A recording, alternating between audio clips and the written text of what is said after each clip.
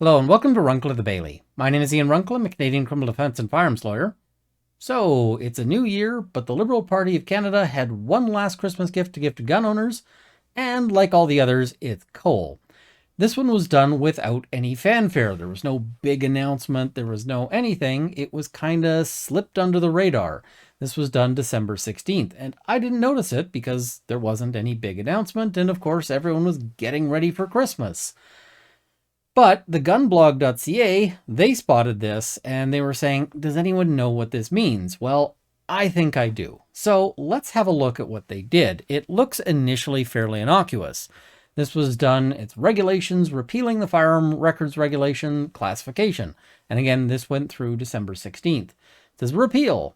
The firearm records regulations classification are repealed, and coming into force, they come into force the day they were registered. So December 16th. This is already done. Now, you might be saying, Runkle, why are you complaining? Isn't this a good thing? They're getting rid of some firearm laws. Well, normally I might say great, except these were actually regulations that were put in place to protect gun owners. Let's have a look at what it says. It's a fairly short bit of regulations that they're getting rid of. This is what they're cutting out. So it notes, keeping an amendment of records. Only the registrar may keep or amend records of determinations made under the Firearms Act that firearms of a particular type, make, and model are prohibited firearms, restricted firearms, or neither prohibited firearms nor restricted firearms. What did this mean? Well, it means that it's got to be the registrar. That's where the buck stops. That's what the law says. So it centralizes those decisions. They can, of course, be informed by other people, technical experts, etc., but the registrar has to make the final determination and has to keep those records. And records of registrar's determinations. The registrar must keep a record of every determination referred to in section 1 that he or she makes. So those have to be recorded, and they could theoretically be useful to somebody who might be challenging those decisions. Like the CCFR is battling them in court right now. And similarly, I've got a court battle that is related to all of this.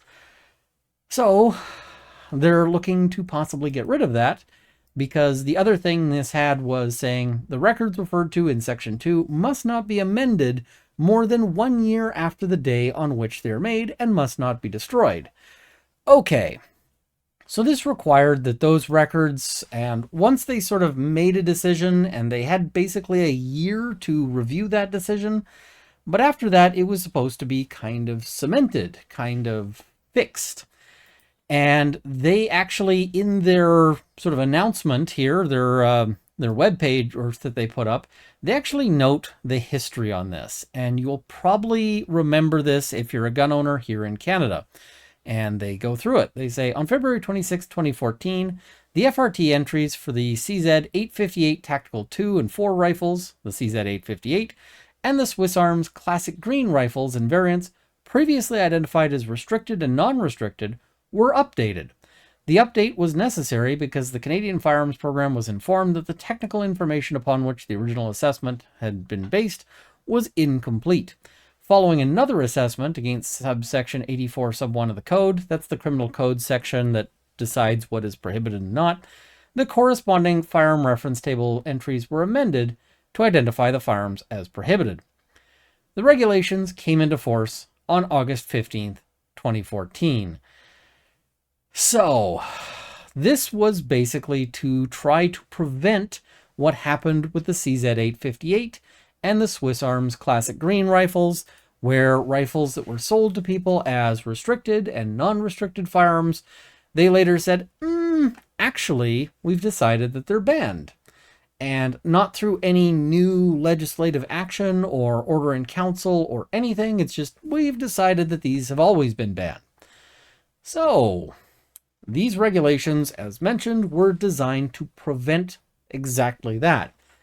And now that they're getting rid of them, we can assume that they're doing so for a reason. Now, they say that the reason is, we're getting rid of them because they're meaningless. These regulations don't matter. That's literally what they say. And in fact, they say that they didn't need to consult with anybody, not gun owners, not the industry, because they're just so meaningless. But That's not really how government works. Laws that are meaningless stay on the books for decades, generations, whereas they get rid of laws when they want to do something that those laws would get in the way of. So what I'm expecting is that we will see some new reclassifications. We'll see some firearms that you and I might think are restricted firearms or non-restricted firearms suddenly reclassified as prohibited. And I suspect that this will target certain firearms. I don't even really want to get into which ones, but certain firearms that maybe can be modified in various ways. They're going to say, hey, look, people can alter this gun to make it prohibited. Therefore, we're going to decide that it's just banned. So, this might have tremendous impact. The reason why I say I don't want to give sort of a tip as to which models I'm thinking is that I know they watch my channel sometimes, and I don't really want to give them a head start on that or get them to include anything that wasn't on their mind. But we can expect that we're going to see some guns that you currently think are legal, and they're going to say that these have always been illegal. Now, you might be saying, well, why does it matter that they do it this way when they've been banning things left, right, and center? Well, if they do this, then you're not covered under the current amnesty unless they specifically extend that to you. There's no sort of amnesty there. It's just they're going to say, you've got no right to have these. And there's certainly, I can't see any reason why they'd be saying that they'd want to cover it under the buyback program. They're going to say, no, you were never allowed to have these, so therefore, no buyback for you, is my expectation. They could surprise me here, but that'll be my expectation. So I expect that this is actually going to affect some fairly popular models.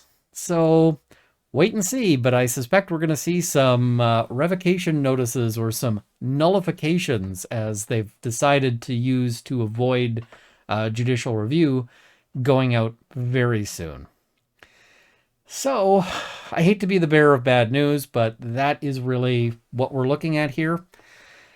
And yeah, I will be very surprised if they don't do something related to this very quickly. This government knows that they're on a time limit right now, that they're under so any of these things that they want to do, clock is ticking, and yeah. So thank you for watching. I know some of this is probably less clear than you'd like, but I don't want to make things worse. Just, I guess the summary is, expect some new things to effectively be banned, although they will claim that they've been always banned, that they just didn't know it yet. Anyway, sorry for the bad news, as I mentioned. Thank you for watching. I hope you found this to be interesting or educational.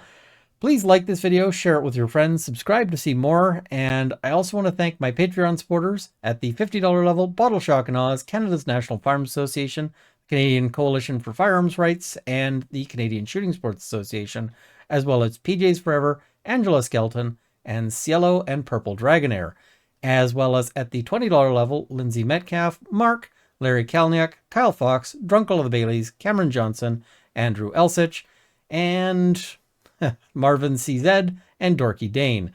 Thank you as well to my $10 supporters who will be in the crawl immediately following. Thank you for watching. Hope this has armed you with knowledge.